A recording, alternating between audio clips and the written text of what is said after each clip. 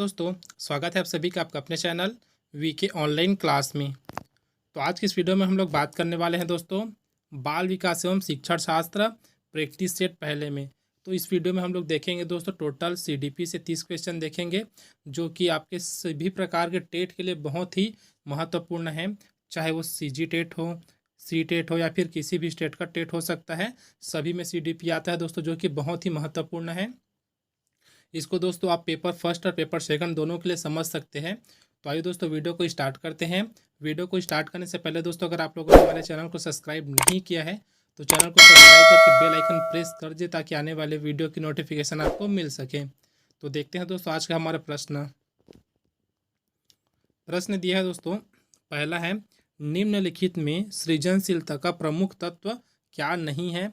4 option हमको दिया गया है दोस्तों, और जो इसका आंसर है वो हो जाएगा ऑप्शन बी, अनुशासन। ऊपर नीचे है दोस्तों, ठीक है। तो हमारा जो आंसर है वो क्या हो जाएगा, ऑप्शन बी, अनुशासन हो जाएगा। प्रश्न एक बार फिर से देखते हैं अच्छे से क्या है। तो निम्नलिखित में सृजनशीलता का प्रमुख तत्व, ठीक है दोस्तों, इसको याद रखिएगा। क्या है, सृजनशीलता का प्रमुख तत्व क्या नहीं है, तो अनुशासन नहीं है। और बाकी अगर कभी भी आपसे क्वेश्चन में पूछा जाता है सृजनशीलता का प्रमुख तत्व है करके, तो इन तीनों में से अगर कहीं आपको दिखता है तो आप उसमें मार्क कर सकते हैं, जिसमें है मौलिकता, धारा प्रवाहित और क्या है, लचीलापन। तो ये क्या है, तीनों सृजनशीलता के प्रमुख तत्व है, लेकिन जो अनुशासन है वो क्या है, तो प्रमुख तत्व नहीं है। अगला प्रश्न है दोस्तों, पियाजे के अनुसार संज्ञानात्मक बाल विकास की कितनी अवस्थाएं हैं। तो जिन पियाजे क्या है दोस्तों, इनका जो सिद्धांत है वो क्या है, तो संज्ञानात्मक विकास का सिद्धांत है। उनको बताना है कि इनके कितने अवस्थाएं हैं। तो इनका जो आंसर हो जाएगा दोस्तों वो भी हो जाएगा ऑप्शन बी, अर्थात 4 अवस्थाएं। इसमें लिखने टाइम ऊपर नीचे हो गया दोस्तों ऑप्शन, ठीक है। तो उसको आप नोटिस मत कीजिएगा। यहाँ से जो क्या है, टोटल 4 अवस्थाएं हैं इनकी। तो किनकी, तो जीन पियाजे के संज्ञानात्मक विकास का। अगला प्रश्न है दोस्तों, शिक्षा मनुष्य में अंतर्निहित क्षमता का परिपूर्णता में विकास करते हैं। यह कथन किसका है। 4 ऑप्शन हमको दिया गया है दोस्तों, और जो इसका आंसर हो जाएगा वो है ऑप्शन ए, अर्थात स्वामी विवेकानंद। अगला प्रश्न है, सीखने के प्रयास और भूल सिद्धांत के प्रतिपादक है। तो कौन है दोस्तों, बताना है इसका आंसर क्या है। तो इसका जो आंसर है वो है थॉर्नडाइक।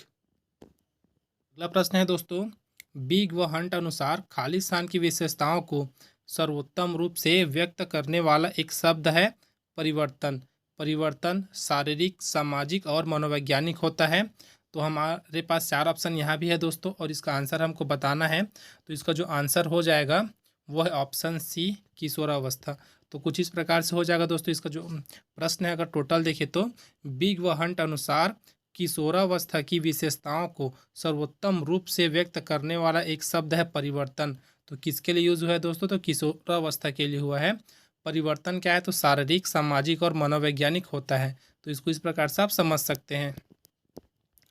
अगला प्रश्न है दोस्तों, एक बालक जिसकी बुद्धि लब्धि 105 है, उसे वर्गीकृत किया जाएगा तो किस श्रेणी में वर्गीकृत किया जाएगा दोस्तों, ये हमसे यहाँ पास पूछा है।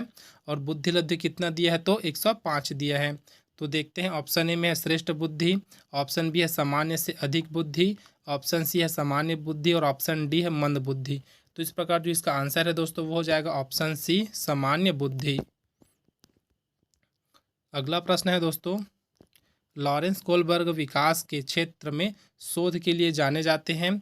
ऑप्शन ए है दोस्तों संज्ञानात्मक, ऑप्शन बी है शारीरिक, ऑप्शन सी है नैतिक, और ऑप्शन डी है गामक। तो इसको याद रखिएगा दोस्तों, जो लॉरेंस कोलबर्ग है उनका जो क्षेत्र है दोस्तों, शोध का क्षेत्र वो क्या है, तो नैतिक विकास का सिद्धांत के ऊपर है। तो यहाँ ऑप्शन सी हमारा सही हो जाएगा, अर्थात नैतिक विकास या फिर नैतिक।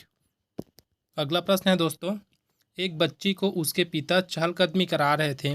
बच्ची जानती थी कि चिड़िया जैसे चीज़ें होती है, परंतु उसने कभी पतंग को नहीं देखा था। पतंग को देखकर उसने कहा, चिड़िया को तो देखो। उसके पिता ने कहा, यह एक पतंग है। यह उदाहरण दिखाता है, क्या दिखाता है दोस्तों, ये बताना है। तो हमारे पास जो इसका आंसर हो जाएगा वो हो जाएगा ऑप्शन ए, सम्मिलन दर्शाता है। अगला प्रश्न है दोस्तों, समाजार्थिक मुद्दों से जूझ रहे उन बच्चों को जिनकी प्रतिभा प्रभावित हो सकती है को सहायता करता है। तो क्या चीज़ सहायता करता है दोस्तों, ऐसे बच्चों को हमसे ये पूछा गया है।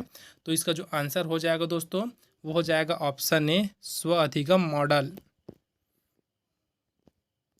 अगला प्रश्न है, एक कक्षा में व्यक्तिक विभिन्नताओं के क्षेत्र हो सकते हैं। तो 4 ऑप्शन यहाँ है दोस्तों, और जो इसका आंसर हो जाएगा वो है ऑप्शन डी, ये सभी। तो देखते हैं प्रश्न के हिसाब से क्या है। एक कक्षा में व्यक्तिक विभिन्नताओं के क्षेत्र हो सकते हैं। तो क्या क्या क्षेत्र हो सकते हैं, इस प्रकार से आप लोग याद रख सकते हैं। तो आपको पहला हो जाएगा दोस्तों रुचियों के, दूसरा है सीखने के, और तीसरा है चरित्र के। तो इस प्रकार जो इसका आंसर हो जाएगा वो हो जाएगा ऑप्शन डी, जितने ऑप्शन है वो सब। अगला प्रश्न है दोस्तों, बुद्धि के द्विखंड सिद्धांत का प्रतिपादन किसने किया था। तो 4 ऑप्शन हमको दिया गया है, और जो इसका आंसर हो जाएगा दोस्तों वो हो जाएगा ऑप्शन ए, स्पीयरमैन ने किया था बुद्धि के द्विखंड सिद्धांत का प्रतिपादन। दोस्तों अगर आपको मैथ्स के क्वेश्चन चाहिए, मैथ्स के वीडियो चाहिए, तो आप हमारी प्लेलिस्ट में जाकर जरूर देख सकते हैं। उसमें बहुत सारा मैथ्स का वीडियो डला है जो कि आपके सी टेट, सी जी टेट और बाकी प्रकार के टेट के लिए भी इम्पॉर्टेंट है। तो आप लोग वहाँ से जाकर के अपना लाभ ले सकते हैं। अगला प्रश्न है, सीखना व्यवहार में उत्तरोत्तर सामंजस्य की प्रक्रिया है, यह कथन है। तो किसका कथन है दोस्तों, ये बताना है हमको। तो इसका जो आंसर हो जाएगा दोस्तों वो है ऑप्शन सी, स्किनर का कथन है। याद रखिएगा दोस्तों, आप लोग इसको याद कर सकते हैं। फिर उसके बाद आपको याद करना है कि किसका कथन है, तो स्किनर का कथन है। अगला प्रश्न है, हार्वर्ड गार्डन द्वारा निम्न में से एक को छोड़कर बाकी सभी बुद्धि के प्रकार बताए गए हैं। तो ये है दोस्तों मनोवैज्ञानिक का नाम है। अब बताना है इसके हिसाब से क्या है, बुद्धि के प्रकार कौन कौन से है बताया गया है। तो चारों में से क्या है दोस्तों, एक ऐसा है जो बुद्धि के प्रकार नहीं है, बाकी सब बुद्धि के प्रकार है। तो हमको यहाँ से पहचानना है कि क्या है, ऐसा कौन है जो बुद्धि का प्रकार नहीं है। तो इसका जो आंसर हो जाएगा दोस्तों वो हो जाएगा ऑप्शन बी, सृजनात्मकता। अगला प्रश्न देखते हैं, मूल्यांकन का उद्देश्य है। तो मूल्यांकन का उद्देश्य क्या है दोस्तों, तो ऑप्शन डी हमारा सही हो जाएगा, अर्थात उपरोक्त सभी। तो जो मूल्यांकन के उद्देश्य है ना वो क्या है, बच्चे को उत्तीर्ण या फिर अनुत्तीर्ण घोषित करना। अगला है बच्चा क्या सीखा है जानना, और अगला है दोस्तों उसके बाद बच्चे के सीखने में आई कठिनाइयों को जानना। तो ये सब क्या है दोस्तों, तो मूल्यांकन के उद्देश्य हैं। अगला प्रश्न है दोस्तों, संकेत अधिगम के अंतर्गत निम्नलिखित सीखा जाता है। तो संकेत अधिगम के अंतर्गत क्या सीखा जाता है ये हमसे पूछा गया है, और इसका जो आंसर है दोस्तों वो हो जाएगा पारंपरिक अनुकूलन सीखा जाता है अधिगम अर्थात संकेत अधिगम के अंतर्गत।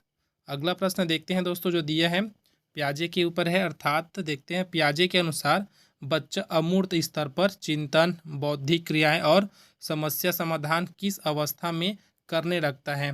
तो आपको 4 ऑप्शन दिया गया है दोस्तों, और इसका जो आंसर हो जाएगा वो हो जाएगा ऑप्शन सी दिया है, औपचारिक संक्रियात्मक अवस्था अर्थात 11 से 16 वर्ष में।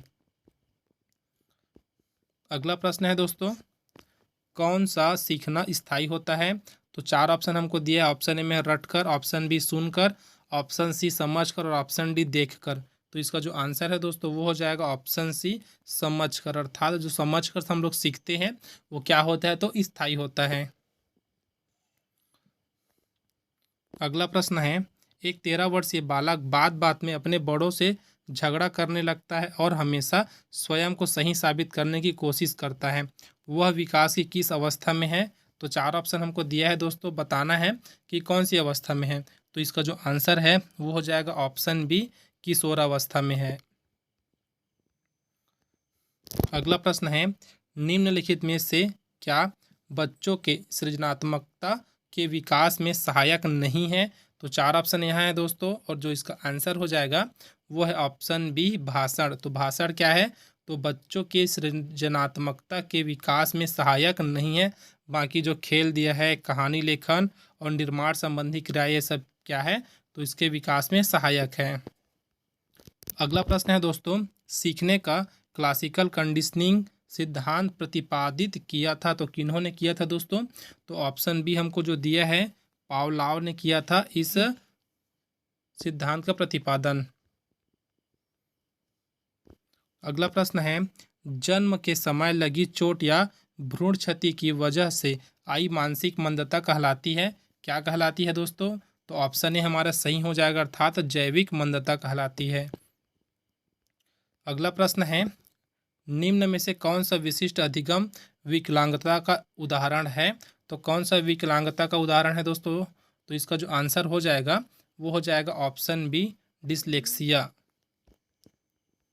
अगला प्रश्न है दोस्तों, शिक्षा में फ्राबिल का महत्वपूर्ण योगदान था, खाली स्थान का विकास है, ये हमसे पूछा गया है दोस्तों।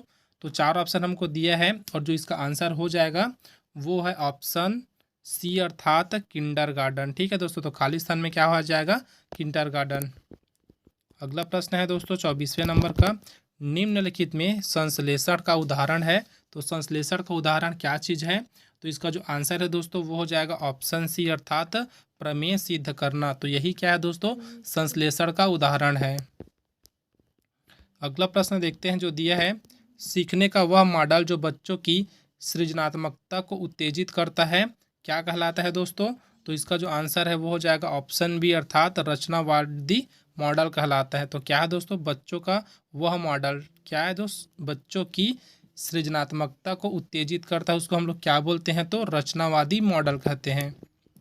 अगला प्रश्न देखते हैं दोस्तों, सामाजिक अधिगम आरंभ होता है। तो सामाजिक अधिगम किससे आरंभ होता है दोस्तों? तो इसका जो आंसर हो जाएगा वो है ऑप्शन सी अर्थात संपर्क से आरंभ होता है सामाजिक अधिगम। अगला प्रश्न है दोस्तों, बालक के शारीरिक व क्रियात्मक विकास की दिशा होती है। तो क्या होती है दोस्तों? ये इंपॉर्टेंट क्वेश्चन है, पूछा भी जा चुका है दोस्तों। ये प्रश्न क्या है? तो इसका जो आंसर हो जाएगा वो है ऑप्शन बी अर्थात सिर से पैर तक तथा शरीर के मध्य से बाहर की ओर। ये इंपॉर्टेंट है दोस्तों, इसको आप लोग याद रखिएगा। अगला प्रश्न है, श्रवण बाधित बच्चों को पढ़ाने के लिए प्रयुक्त किया जाता है या फिर प्रयुक्त की जाती है। तो इसका जो आंसर है दोस्तों वो हो जाएगा ऑप्शन बी, सांकेतिक भाषा। तो श्रवण बाधित का मतलब होता है दोस्तों जो बच्चे सुन नहीं सकते, तो उनको संकेतों के माध्यम से पढ़ाया जाता है। अगला प्रश्न है, बालक का विकास परिणाम है। तो बालक का विकास परिणाम क्या है दोस्तों? तो इसका जो आंसर है वो हो जाएगा ऑप्शन सी, वंशानुक्रम तथा वातावरण की अंतः प्रक्रिया का। ये याद रखिएगा दोस्तों। ठीक है, देखते हैं आज का हमारा अंतिम प्रश्न। प्रश्न है, परीक्षा के स्थान पर सतत और व्यापक मूल्यांकन गुणवत्तामूलक शिक्षा के लिए अधिक उपयुक्त है क्योंकि इसमें ऑप्शन 4 हमारे पास है दोस्तों और इसका जो आंसर हो जाएगा वो है ऑप्शन डी। अब देखते हैं उपयुक्त है क्योंकि क्या है इसमें। तो पहला है संज्ञानात्मक क्षेत्र का मूल्यांकन किया जाता है, दूसरा है दोस्तों ससंज्ञानात्मक क्षेत्र का मूल्यांकन किया जाता है और ऑप्शन सी है सतत एवं व्यापक क्षेत्रों का होता है। तो इसमें क्या क्या है दोस्तों? ये तीनों चीज़ है। तो इस प्रकार हमारा जो आंसर है वो क्या मिल जाएगा? ऑप्शन डी अर्थात उपरोक्त सभी। तो इस प्रकार दोस्तों आज के वीडियो में बस इतना ही। अगर वीडियो आपको हेल्पफुल लगा तो वीडियो को जरूर लाइक करें, साथ ही अपने दोस्तों में जरूर शेयर करें। अब मिलते हैं दोस्तों अगले वीडियो में। इस वीडियो में बने रहने के लिए आप सबका बहुत बहुत धन्यवाद।